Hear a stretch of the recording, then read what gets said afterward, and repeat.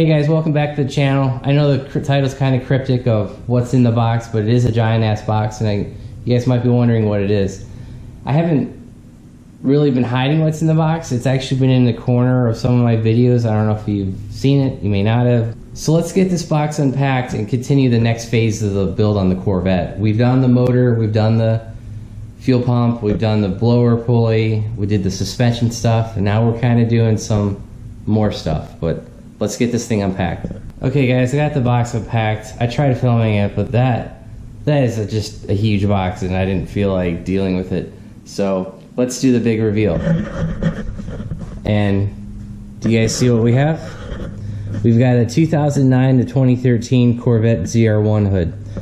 This hood is made out of carbon fiber and it only weighs 8 pounds. As you can see, it is authentic. It's got the GM badging on it. It's actually just an emissions sticker. But as you can see, you've got the carbon fiber weave on it. It does have the plexiglass window. And it's pretty damn cool. So you guys might be wondering, why do I have a carbon fiber hood? Well, honestly guys, I was looking into a fiberglass carbon fiber hood. It's called it's Duraflex, but the company is also called Carbon Creations. And from everything that I've read, between Porsches, Corvettes, your typical Honda Civic and stuff like that, their hoods are just absolute crap. And the hood was $1,500. It was a fiberglass bottom part, a carbon fiber outer skin, and they just kind of fiberglassed the two together. And I just looking at it and I just was like, man, that's a waste of money. You can get that same hood in really thin fiberglass for like $900, but I'm just like, that's terrible. So, and I went to Corvettes at Carlisle, and I think I mentioned in an earlier video I was looking for some parts. This is what I was looking for.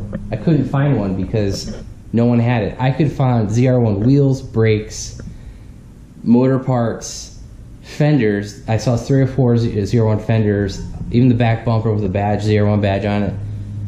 Found all those parts, but the hood is like the one piece you couldn't find. So you guys might be saying, why am I running a ZR1 hood on a Z51 with a Z06 body kit? The number one reason that I want to run the ZR1 hood is because it has that plexiglass window. And it might be it's not what you guys think. I'm not a racer. I don't care that my car says Edelbrock on it and you can see the blower through the hood. What I actually want it for, that window, is this. This is a fiberglass hood insert that you replace the polycarbonate piece with this. And the insert is actually from a company called ACS. They're out of Canada.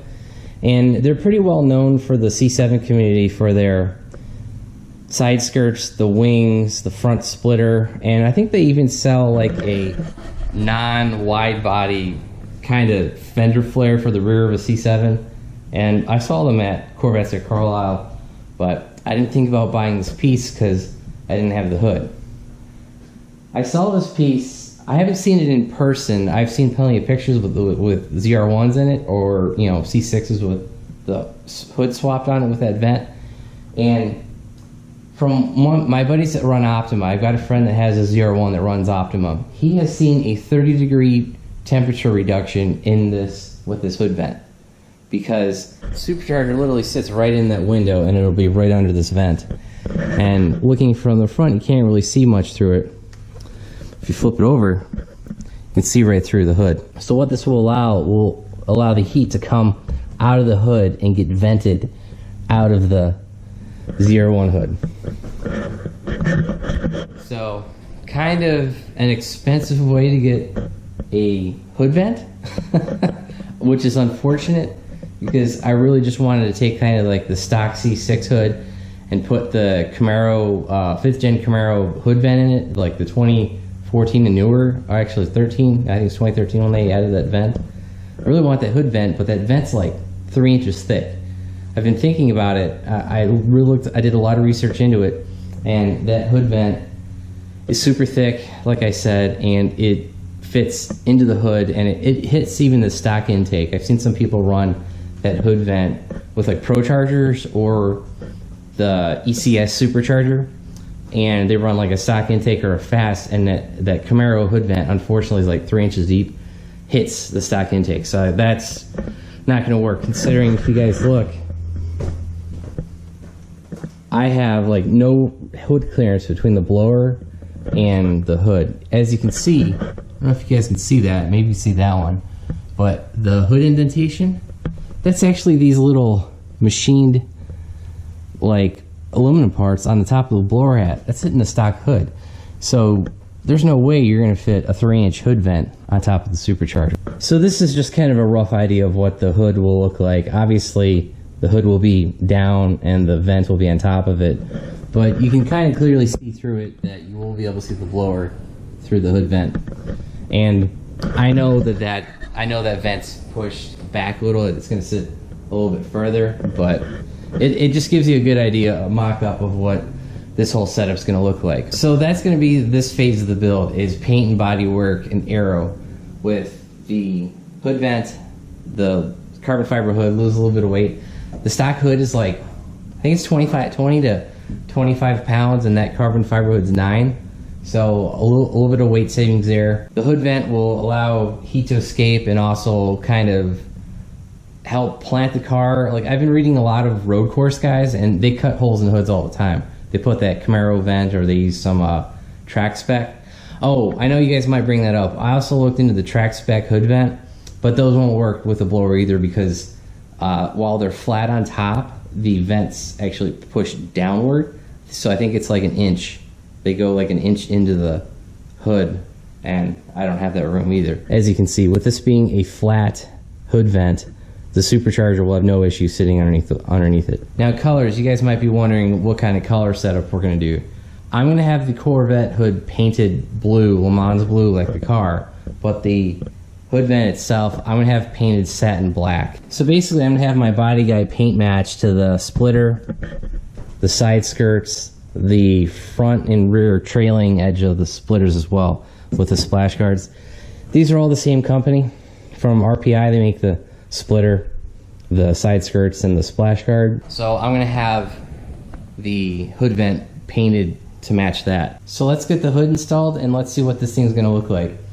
And you guys might be wondering my time frame. What I'm going to do is I was going to hold off on the hood until I got back from the dyno, but honestly, I've had the hood for like basically since I got back from England, and that was the end of September. It is now November, so I've had the hood for over a month, and it's just been sitting in the corner. So we're gonna get that mounted, go to the dyno, and then after the dyno, the car is basically going to paint chill. Shouldn't be that long. I need to call my paint guy, but it might be a week or two, and he'll paint the hood and the hood vent. But before I do send the car off to paint, I am gonna have to remove that window, but I just want to get the hood on the car, and I can always take it back off, because like I said, it's 9 pounds. It's not anything crazy. So okay guys, as you can see, I got the hood on. I didn't really decide to film it because I wasn't sure if I was gonna be able to do it by myself, but using these race ramps, the corner balance scale ramps, so I stacked those 3 race ramps on top of the supercharger. That gave me enough of an angle to get my hand back behind the hinge and take out the 2 13mm bolts, and I basically did that on both sides. Now, as you can see, the hood does need some fitment. It's like loose on this side, a little tight on this side, but it's not touching the fender itself, so we're good there. I need to readjust that hood latch and I think bring it back up. I had to fiddle around with the hood latch on this side a lot, and it just, I need to actually raise the whole thing up. So from the driver's side, there is a little bit of a cowl. That's pretty damn cool. I haven't sat in a ZR1 in a long time, so I forgot how much of a kind of raised center that the ZR1 hood has. And then through the louvers on top of that, and those don't stick out that much, but maybe another ½ inch, and then we'll have even more of a center section. So that'll be pretty cool, because the stock hood doesn't really come up that far. It only comes up maybe half that distance, so that's pretty cool. But anyway, as I was saying, I had to mess with the hinges a few times. It's still not perfect, but I think it's good enough for me to get to the dyno, and it's also good enough for me to get to the body shop after. So, but it did have to mess with this hood latch on this side.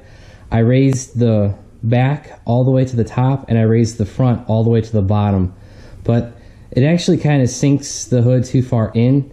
So what I think I'm going to do is loosen the front and bring the front up maybe half the way, and that way I've got enough of an angle to where I can close the hood. But yeah, so that's kind of what the underside of the carbon, exposed carbon, looks like. The carbon will be staying carbon. I'm not painting that body color, just the red that'll all be covered up. The window will be gone. I wasn't really sold on the window, and then I saw how like perfect the Edelbrock fits, so that's kind of funny. But yeah, that'll be gone. But what this does tell me is if I ever decide to get some blower plates, isolation thermal plates to raise the supercharger, I think I'll have plenty of room. I wasn't quite sure with the whole setup because I knew the hood was taller, but I wasn't sure how much taller. So that's kind of a good indication of how much difference in the regular Corvette hood and the ZR1 hood is. So, but yeah, like I said, that'll be going away. And here's an overall shot. So I can't wait to get the car back on the ground and the outside. I'll take some more pictures then. But that's installing your ZR1 hood. It's 4 bolts, 13mm bolts up front, and then, you know, playing around with the hood latches. The passenger side I think is fine.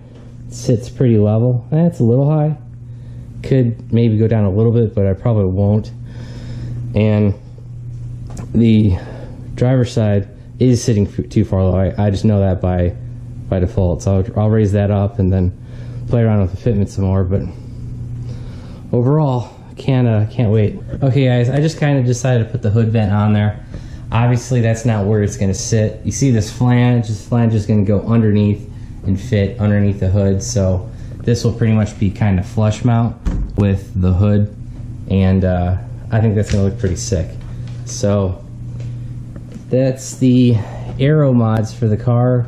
Like I said, this is going to be like this for a little while. Go the dyno and get the car back. I swap out that hood vent, and then off to paint jail. So that's gonna be it for now. So I have a Le Mans Blue mint hood in good shape. It's wrapped in Expel. I have one for sale now. So I'll put that up on probably Craigslist and see if I can get that sold. But if you guys in the Charlotte area need a Le Mans Blue hood, I have one. Just contact me. But that's gonna be it for the ZR1 hood mod, the aero and the ventilation. I'm gonna have a follow-up video when I get the car back from the dyno and then from paint. So thanks guys for watching. I hope you enjoyed the video. If you guys like it, give it a big thumbs up. If you haven't already subscribed, please do. Thanks and have a great day.